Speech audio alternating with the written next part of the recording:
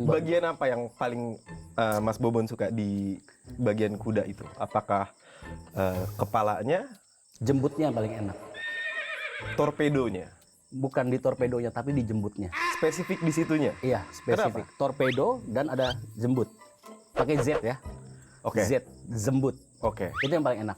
Begitu. Kenapa itu paling enak? Jadi rasanya kriuk-kriuk, terus umami, walaupun memang sedikit ya.